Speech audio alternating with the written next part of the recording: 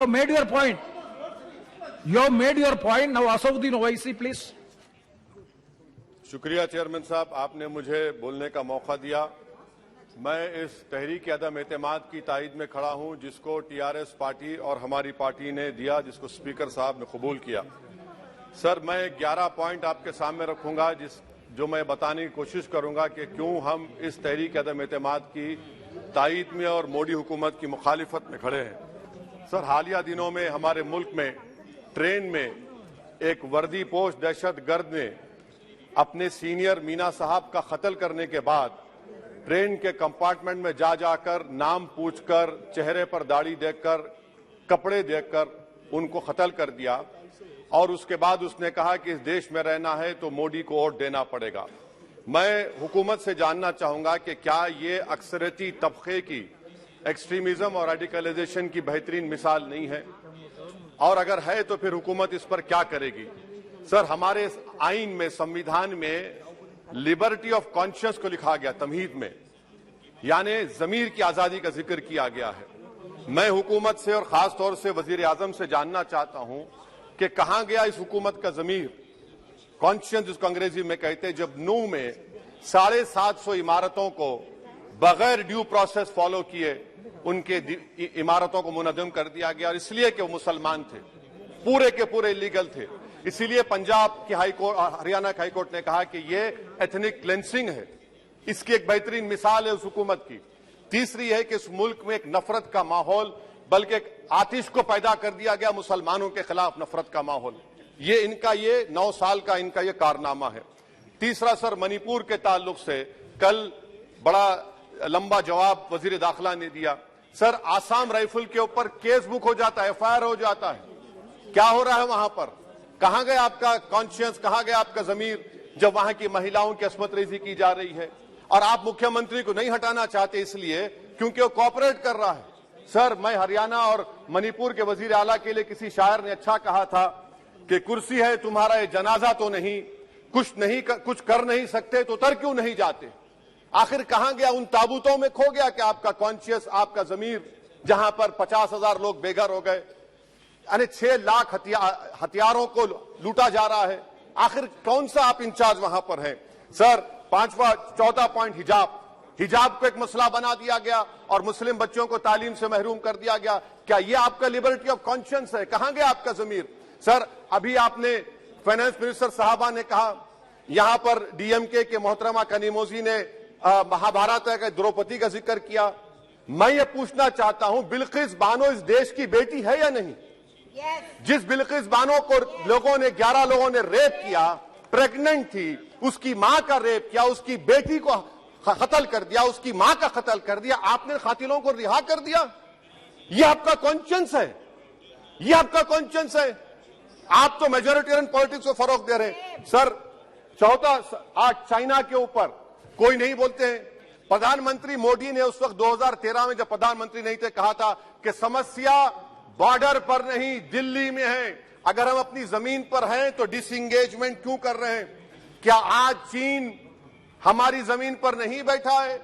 क्या आज चीन से आप बातचीत कर रहे हैं? आप डिसएंगेजमेंट कर दिए। बताइए डी एस्केलेशन, डी इंडक्शन कब होगा? मैं आपके जरिए से हुकूमत को बता रहा हूं कि अगर प्रधानमंत्री ने अहमदाबाद में शी जिनपिंग को बुलाकर झूला झुलाया था, क्या हुआ? क्या नतीजा निकला उसका? चेन्नई दिखाया, क्या नतीजा निकला? सर, इसलिए चीन पर बोलिए, चीन को उखाड़ कर फेंकिए। सर, और एक पॉइंट जिस पर मैं मुखालिफ तायद में खड़ा हूं, हाई इन्फ्लेशन है इस मुल्क में, हाई अनएम्प्लॉयमेंट है, स्टैग्नेटिंग कंजम्पशन है। इसकी वजह से महिलाओं में हाई एनीमिया लीड कर रहा है। ये हुकूमत इसकी जिम्मेदार है। सर, कुलभूषण जाधव कहां है? पाकिस्तान में बैठा है, आप क्यों नहीं लेके आते? आप विश्वगुरु कहते हैं, कुलभूषण जाधव को भूल गए आप। कतर में 8 नेवी ऑफिसर 1 साल से जेल में हैं, आप नहीं ला सके उनको। सर, और एक चीज, 1991 का प्लेसेस ऑफ वर्शिप एक्ट इस ऐवान में पास किया गया था कि तारीख के जख्मों को नहीं खुरेदा जाएगा। आप खुरोद रहे हैं उनको। मैं आपको इंतबा दे रहा हूं, वार्न कर रहा हूं, इस मुल्क को 90 के दहे में मत लेकर जाइए। 91 का एक्ट सुप्रीम कोर्ट में जवाब दीजिए कि आपकी हुकूमत 91 प्लेस ऑफ वर्शिप एक्ट की कायम है, उस पर कायम रहेगी। यूसीसी, सर, इस यूसीसी का फॉर्मूला क्या है? एक मुल्क में एक मजहब, एक कल्चर, एक जबान, ये तो डिक्टेटरों का फॉर्मूला है। भारत एक गुलदस्ता है, भारत एक मोजाइक है। यहाँ पर बेशुमार जबानें, बेशुमार मज़ाहिब बोले जाते हैं और हिंदू अनडिवाइडेड फैमिली में Now, Owaisi ji, please try to conclude. Sir I am concluding. 8 crore 75 Hindu खानदानों को 3,800 करोड़ डिडक्शन मिला। इसके बारे में आप क्या कहेंगे सर? और मैं कंक्लूड करने से पहले आपको बताना चाह रहा हूं कि माइनॉरिटी वेलफेयर का बजट 40% कम कर दिया गया।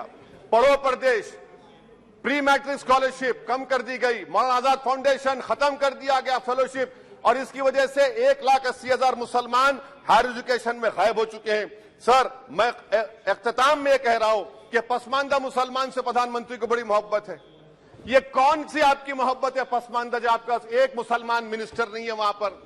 इखलाक से लेकर, पीलू खान से लेकर, अफान अंसारी से लेकर लुकमान अंसारी, मॉब लिंचिंग पूरे पसमानदा मुसलमान की होती है।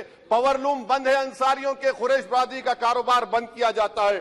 स्पीकर सर, मैं कंक्लूजन में अभी कल हमारे होम मिनिस्टर ने कहा था क्विट इंडिया। अगर इनको मालूम हो जाए कि क्विट इंडिया का नारा एक मुसलमान ने दिया था तो वो भी नहीं बोलेंगे, वो नहीं मालूम था उनको। उसका मैं कंक्लूड कर रहा हूं, उसका नाम यूसुफ मेहर अली था सर। यूसुफ मेहर अली ने क्विट इंडिया का नारा बनाया, जिसको महात्मा गांधी ने सारे देश में एक पैगाम किया। मैं कंक्लूड कर रहा हूं सर, इस देश में अगर आज क्विट इंडिया करना है तो कहना पड़ेगा चाइना क्विट इंडिया।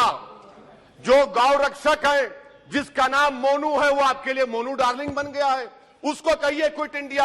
सर, जो लोग तुष्टीकरण की राजनीति आप कर रहे हैं, आप हिंदू अक्सरियती लोगों में हथियार बांट रहे हैं, ये आप देश के लिए खतरा पैदा कर रहे हैं। Now, तो please, sir, I am concluding.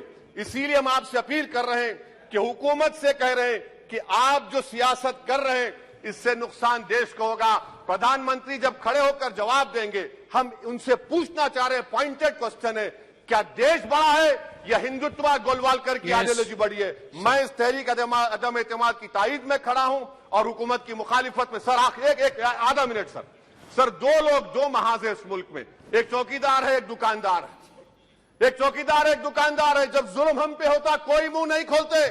UAPA का कानून अमित शाह ने लाया, इन दुकानदारों ने तायद की। आज उस यूएपीए के कानून में 83 साल का बुढ़ा सिपर खत्म करो, सिपर नहीं होने से मर गया। आखिर कब तक दुकानदार और चौकीदार हमारी लाशों पर सियासत? सर, हम कंक्लूडिंग, कब तक सियासत करेंगे?